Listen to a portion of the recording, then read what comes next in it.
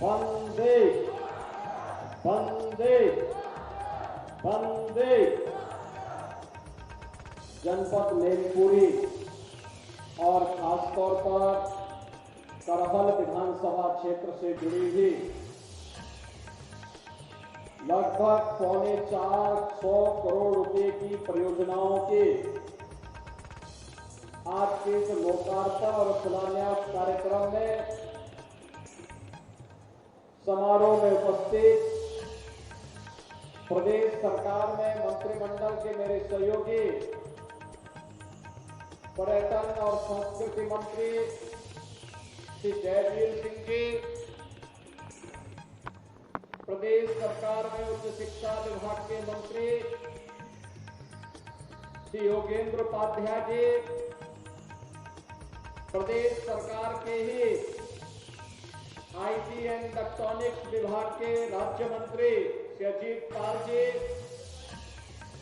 क्षेत्रीय अध्यक्ष भारतीय जनता पार्टी श्री दुर्ग विजय सिंह साक्य जी, प्रदेश उपाध्यक्ष और विधान परिषद सदस्य श्री संतोष सिंह जी, प्रदेश उपाध्यक्ष श्री ब्रिज बहादुर जी, माननीय विधायक श्री राम नरेश अग्निहोत्री जी, भारतीय जनता पार्टी के जिला के अध्यक्ष श्री राहुल चतुर्वेदी जी, चेयरमैन टैक्सपेड श्री प्रेम सिंह साक्य जी, जिला पंचायत अध्यक्ष श्रीमती अर्चना गोविंद भदौरिया जी, आज के इस कार्यक्रम में उपस्थित पूर्व सांसद श्री रघुराज सिंह साक्य जी, पूर्व विधायक श्री अशोक चौहान जी, पूर्व विधायक और डीसीबी चेयरमैन श्री नरेंद्र सिंह जी, पूर्व जिला पंचायत अध्यक्ष के प्रतिनिधि श्री अनुजेश प्रताप सिंह जी, आज के इस कार्यक्रम में उपस्थित पूर्व जिलाध्यक्ष श्री अरविंद तोमर जी, शिवदत्त भदौरिया जी, प्रदीप सिंह चौहान जी, चेयरमैन गिरोर यतेंद्र जैन जी, चेयरमैन बरनाल शशि गोविंद योगेंद्र गुप्ता जी, श्रीमती ममता राजपूत जी, श्री सत्यपाल यादव जी, आज के इस कार्यक्रम में उपस्थित मैनपुरी और खासतौर पर करहल विधानसभा क्षेत्र से जुड़े हुए मेरे सभी उपस्थित बहनों और भाइयों, एक साथ 450 करोड़ रुपए की परियोजना के लिए मैं आप सबको हृदय से बधाई देते हुए आप सब विकास की नित नई ऊंचाइयों को छुएं, इसकी कामना के साथ आज ये मंच आपके बीच में यहां पर उपस्थित हुआ है। बहनों और भाइयों, मैं सबसे पहले अभिनंदन करता हूं आपका कि मैं लगभग 2 घंटे लेट में यहां पे आया, क्योंकि लखनऊ में मुझे सशस्त्र सेनाओं के एक कार्यक्रम में पहले भाग लेना पड़ा और फिर इसके उपरांत भारतीय जनता पार्टी के राष्ट्रीय सदस्यता अभियान के कार्यक्रम में भी मुझे जाने का अवसर प्राप्त हुआ। इन दोनों कार्यक्रमों में कुछ देर होने के कारण मुझे यहां आने में भी लेट हुआ, लेकिन उस सब के बावजूद आप जिस धैर्य के साथ, जिस उत्साह के साथ आज इस समारोह में हैं, मैं इसके लिए हृदय से आपका अभिनंदन करता हूं, आप सबका हृदय से स्वागत करता हूं। बहनों और भाइयों, आज यहां पर करहल की जो अनेक विकास की योजनाओं को आज यहां पर प्रस्तुत किया गया है, उसमें यहां की सड़क की परियोजनाएं हैं। यहां पर करहल में एक हम लोग ग्राम पंचायत एलादपुर में एक मिनी स्टेडियम भी देने जा रहे हैं, ग्रामीण स्टेडियम का निर्माण भी करने जा रहे हैं। और एक प्रदेश के अंदर यहां करहल विधानसभा क्षेत्र में हम लोग फायर टेंडर कहीं आग लगती है तो उसके लिए, आग को बुझाने के लिए, नियंत्रण करने के लिए एक फायर टेंडर की स्थापना के कार्य का भी आज शिलान्यास किया जा रहा है। विकास के जितनी भी परियोजनाएं हैं जिनका लोकार्पण हो रहा है या जिनका शिलान्यास किया जा रहा है, इन सभी योजनाओं के लिए मैं मैनपुरी जनपद और खासतौर पर करहल विधानसभा क्षेत्र के आप सभी मतदाताओं को, यहाँ के नागरिकों को हृदय से बधाई देता हूं, अपनी शुभकामनाएं देता हूं। बहनों और भाइयों, आपने अभी देखा होगा मंच पर मुझे अनेक नौजवानों को टैबलेट और स्मार्टफोन देने का अवसर प्राप्त हुआ। इसके साथ ही आपने देखा होगा आधी आबादी का नेतृत्व करने वाली महिला स्वयंसेवी समूह को भी सरकार के द्वारा प्रदान किए जाने वाले सहयोग के चेक की डमी कॉपी उन्हें प्रदान करने का मुझे अवसर प्राप्त हुआ। आपने देखा होगा गरीबों को प्रधानमंत्री आवास और मुख्यमंत्री आवास की चाबी सौंपने का एक अवसर मुझे प्राप्त हुआ। और एक सप्ताह पहले यही मंच और हमारे डिप्टी सीएम श्री ब्रजेश पाठक जी भी आए थे और करहल में रोजगार मेला, टैबलेट वितरण, ऋण वितरण के बड़े कार्यक्रम को उन्होंने उद्घाटन किया था। हजारों नौजवानों को रोजगार मिला था, हजारों नौजवानों को उद्यम लगाने के लिए ऋण दिया गया था और हजारों नौजवानों को टैबलेट और स्मार्टफोन वितरण करने का कार्य भी किया गया था। मैं पूछना चाहता हूं बहनों और भाइयों, मैनपुरी जो कभी वीवीआईपी जनपद माना जाता था, लेकिन विकास के कार्य में क्यों पिछड़ गया? मैनपुरी तो हमारे ऋषियों की धरती रही है, मयन ऋषि से जुड़ी हुई धरती रही है, मार्कंडे ऋषि से जुड़ी हुई धरती रही है, ये धरती च्यवन ऋषि के साथ जुड़ी रही, इसका संबंध रहा है। और इस धरती का संबंध देश के स्वाधीनता आंदोलन से जुड़े हुए स्वाधीनता संग्राम सेनानियों से इसका संबंध रहा है। फिर पहचान का मोहताज करने वाले कौन लोग हैं आपके सामने? ये वही लोग हैं जिन लोगों ने आपके सामने जो पहचान का संकट खड़ा किया, आपके सामने पहचान का संकट खड़ा किया, प्रदेश के सामने, उनके सामने अपने अस्तित्व का संकट खड़ा किया। इन लोगों ने सामाजिक ताने बाने को छिन्न भिन्न किया, अराजकता और गुंडागिर्दी इनके डीएनए का हिस्सा है और प्रदेश में इनका मॉडल देखना है तो मॉडल इनका विकास का नहीं है। ये लोग विकास का नहीं, विकास के कार्यों में लूट मचाने वाले लोग हैं। आपने इनके कारनामों को देखा होता, इनका कारनामा वही है जो अयोध्या में एक निषाद बेटी के साथ समाजवादी पार्टी के नेता के द्वारा किया गया था। इनके घिनौने कृत्य वही है जो लखनऊ में एक बेटी को कैसे इन लोगों के द्वारा गिराया जाता है, ये इनका चेहरा है। और इनके वास्तविक कारनामे देखने हो तो कन्नौज में घटित घटना और नवाब ब्रांड ये समाजवादी पार्टी का वास्तविक चेहरा है। आज मैं आप सबसे यही कहने के लिए आया हूं कि बहनों और भाइयों, पहले सामाजिक ताने बाने को इन्होंने छिन्न भिन्न किया, प्रदेश को दंगों की आग में झोंका, विकास के लिए और गरीब कल्याण के लिए जो धनराशि राज्य की लगनी चाहिए थी उसमें लूट खसोट किया, नौजवानों को मिलने वाली नौकरी में डकैतियां डाली गई। आज आप देख रहे होंगे कि कल हम लोग 1000 नौजवानों को सरकारी नियुक्ति पत्र देने जा रहे हैं।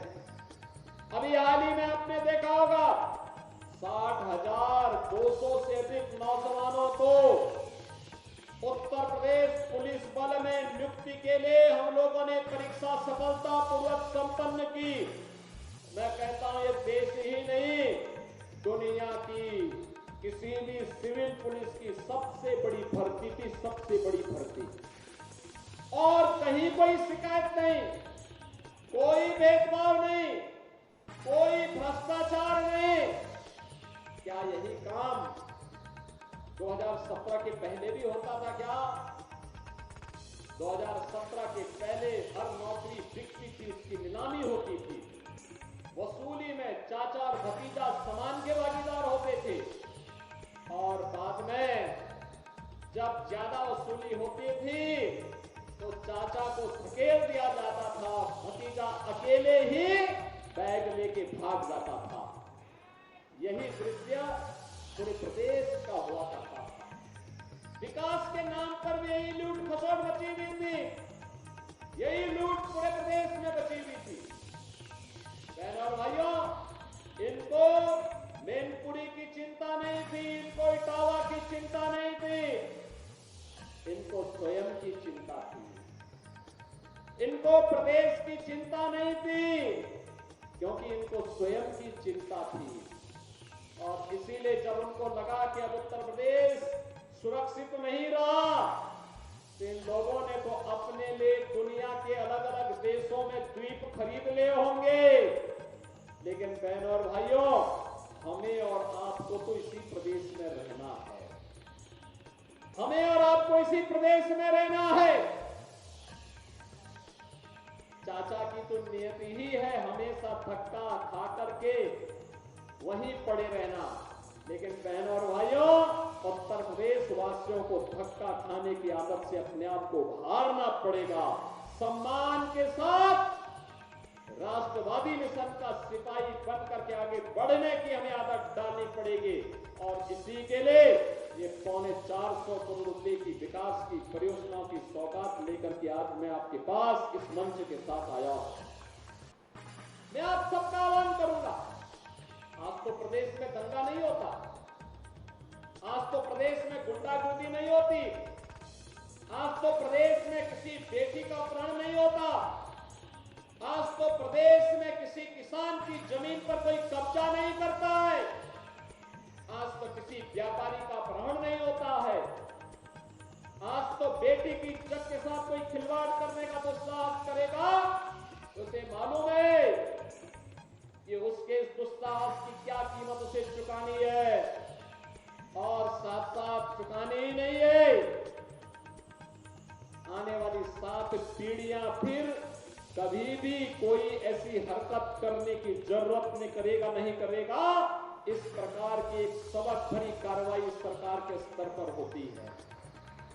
बेटी की सुरक्षा हो या व्यापारी का सम्मान, अन्नदाता किसान को शासन की योजना के साथ जोड़ने का कार्य हो या नौजवान के हाथ को रोजगार के साथ जोड़ने का कार्य, ये सभी आज मजबूती के साथ चल रहा है। और इसीलिए तो जब 25 करोड़ उत्तर प्रदेश वासी बोलता है कि 25 करोड़ की आवाज एक साथ जब आगे बढ़ती है, तो बहनों और भाइयों, ये 25 करोड़ की आवाज उत्तर प्रदेश को अब बीमारू राज्य नहीं बल्कि देश का एक विकसित राज्य के रूप में स्थापित करता है, अनलिमिटेड पोटेंशियल के राज्य के रूप में स्थापित करता है। आज उत्तर प्रदेश विकास के नित नए मॉडल प्रस्तुत कर रहा है, सुरक्षा का मॉडल प्रस्तुत कर रहा है, नौजवानों के लिए स्टार्टअप का मॉडल प्रस्तुत कर रहा है। याद करिए 2017 के पहले कोई उत्तर प्रदेश में नहीं आता था। हमने इन 7.5 वर्षों में आपके आशीर्वाद से और प्रधानमंत्री मोदी जी के मार्गदर्शन में 6.5 लाख नौजवानों को सरकारी नौकरी दी, 2 करोड़ से अधिक नौजवानों को निजी क्षेत्र में निवेश के माध्यम से सरकारी निजी क्षेत्र में उन्हें नौकरियां उपलब्ध करवाई, और 60 लाख से अधिक व्यापारियों को और युवाओं को अपना स्टार्टअप और उद्यम स्थापित करने के लिए स्वतः रोजगार के साथ जोड़ने का काम हुआ। बहनों और भाइयों, इससे पहले उत्तर प्रदेश में निवेश के अनुकूल माहौल नहीं था। जब व्यक्ति सुरक्षित नहीं तो पूंजी कहां से सुरक्षित होती। लेकिन आज व्यक्ति भी सुरक्षित है, पूंजी भी सुरक्षित है। आज बेटी भी सुरक्षित है, व्यापारी भी सुरक्षित है। आज अन्नदाता किसान का भी सम्मान है, नारी सशक्तिकरण के लिए भी कार्य है और युवाओं को भी सम्मान प्राप्त हो रहा है।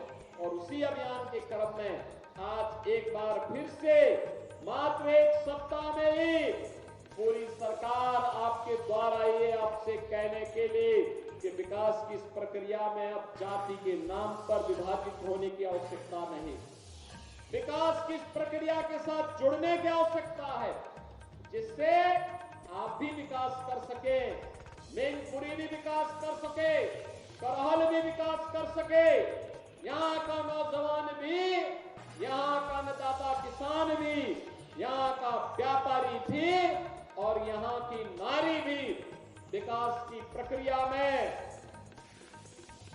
जैसे किसी पान के 4 पहिया होते एक साथ मिलकर के चलती है तो गाड़ी की स्पीड बढ़ती है, ऐसे ही 4 मजबूत आधार स्तंभ बन करके मैनपुरी को भी विकास की प्रक्रिया के साथ जोड़ने के इस क्रम में हम सबको सहभागी बनना पड़ेगा। बहनों और भाइयों, आज प्रदेश बदल चुका है। याद करिए 2017 के पहले मैनपुरी के वो लोग जब यूपी के बाहर जाते थे, लोग शक की निगाहों से देखते थे, सम्मान नहीं था, लोग भय और दहशत में बोलते थे कि वे कहां से आ गए। होटल की बात तो दूर, धर्मशाला में भी कमरा नहीं मिल पाता था। बहनों और भाइयों, आज आपके सामने पहचान का संकट नहीं है। भारतीय जनता पार्टी की डबल इंजन सरकार ने जो कहा सो करके दिखाया। हमने कहा था अपराध और अपराधियों के प्रति जीरो टॉलरेंस की नीति के साथ कार्य करेंगे, आज आपको दिखाई दे रहा होगा। हमने कहा था कि प्रदेश को निवेश का ड्रीम डेस्टिनेशन बनाएंगे, आज 40 लाख करोड़ रुपए का निवेश इसका उदाहरण है। हमने कहा था कि हम लोग उत्तर प्रदेश को इंफ्रास्ट्रक्चर का मॉडल खड़ा करेंगे, आज एक्सप्रेसवे, हाईवे और inter state connectivity, air connectivity इसका उदाहरण है। हमने कहा था उत्तर प्रदेश में देश का सबसे अच्छा निवेश करवाएंगे, 40 लाख करोड़ रुपए के निवेश आज उत्तर प्रदेश के अंदर होने जा रहे हैं। बहनों और भाइयों, हम लोगों ने कहा था कि उत्तर प्रदेश को देश की अग्रणी अर्थव्यवस्था बनाएंगे। 17 में हम लोग आए थे, 7वीं बड़ी अर्थव्यवस्था थी, आज उत्तर प्रदेश देश की नंबर 2 की अर्थव्यवस्था है और अगले 3 से 4 वर्ष में इसे देश की नंबर 1 की अर्थव्यवस्था बनाना है, जिससे हर चेहरे पर खुशहाली लाई जा सके, हर नौजवान के हाथ को काम दिया जा सके। हमने कहा था कि हिंदुओं की आस्था का सम्मान करेंगे। आज आप देख रहे होंगे काशी में काशी विश्वनाथ धाम है, आज आप देख रहे होंगे अयोध्या में रामलला का भव्य मंदिर का भी निर्माण हो गया है। अब इसमें कोई संदेह है क्या? कोई संदेह है क्या अयोध्या के मामले में? काशी के मामले में कोई संदेह है क्या? और मथुरा वृंदावन में भी कार्य युद्ध स्तर पर आगे बढ़ रहा है, विकास के कार्य नए सिरे से आगे बढ़ रहे हैं। ये समाजवादी पार्टी की सरकार थी तो ये तो जन्माष्टमी के अवसर पर इन्होंने भगवान कृष्ण की जन्माष्टमी के आयोजन पर रोक लगा दी थी, नहीं मनने दी थी, क्योंकि जन्माष्टमी में परित्राणाय साधुनाम विनाशाय च दुष्कृताम का उद्घोष करने वाले श्री कृष्ण भगवान के द्वारा इस उद्घोष से कुछ लोगों को परेशानी होती थी, इसलिए समाजवादी पार्टी के सरकार में उनके नेताओं ने बैन कर दिया था। जब मैं आया था 2017 में सरकार में आया तो बहनों और भाइयों, मैंने कहा भी जन्माष्टमी में क्या आयोजन होता है? लोगों ने कहा कोई आयोजन नहीं होता। अरे हमने कहा एक ही तो आयोजन है जो जेल में, थानों में और पुलिस लाइन में होता है, इसको धूम धड़ाके के साथ इस आयोजन को आयोजित करो, जिससे भगवान कृष्ण की बताए मार्ग पर चल करके समाज सज्जनों की रक्षा कर सकेगा और दुर्जनों से कायदे से निपटने का काम भी कर सकेगा। और बहनों और भाइयों, आज मुझे बताते हुए प्रसन्नता है, जन्माष्टमी का आयोजन पूरी भव्यता के साथ सभी 1585 थानों में, 75 जनपदों में, सभी जेलों में और निजी आयोजन के अवसर पर भी हर गांव, हर शहर में कहीं झांकी निकल रही है, कहीं शोभा यात्रा निकल रही है, कहीं डोल यात्रा निकल रही है, पूरी भव्यता के साथ आयोजित हुआ। पर्व और त्योहार का क्या महत्व होता है, ये भारत के अंदर आकर के लोग देखें। भारत की विविधता, भारत के अंदर पर्व और त्योहारों की परंपरा इसका उदाहरण है और यह भारत की पहचान भी है। उस पहचान को बनाए रखने के लिए सरकार के स्तर पर प्रयास हो रहे हैं, नए नए अभियान चल रहे हैं।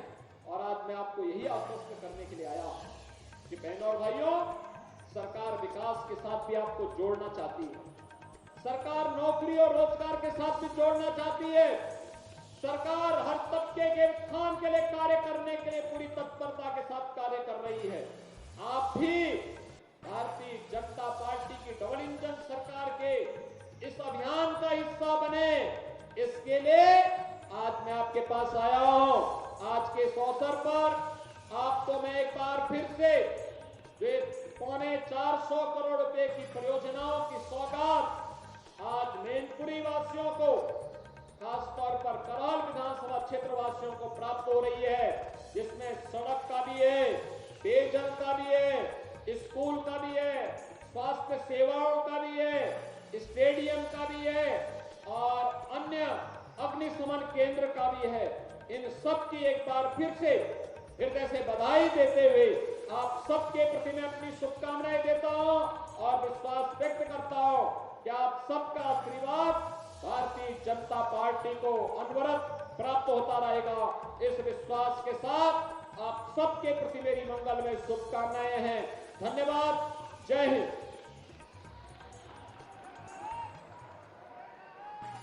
बहुत बहुत धन्यवाद। ये बस जोरदार तालियों के साथ अभिनंदन वंदन स्वागत। दिल की गहराइयों से हम आभार प्रकट करते हैं ये परम आदरणीय यशस्वी माननीय मुख्यमंत्री जी का। और आप कार्यक्रम को संदीप लोकांतर करते हुए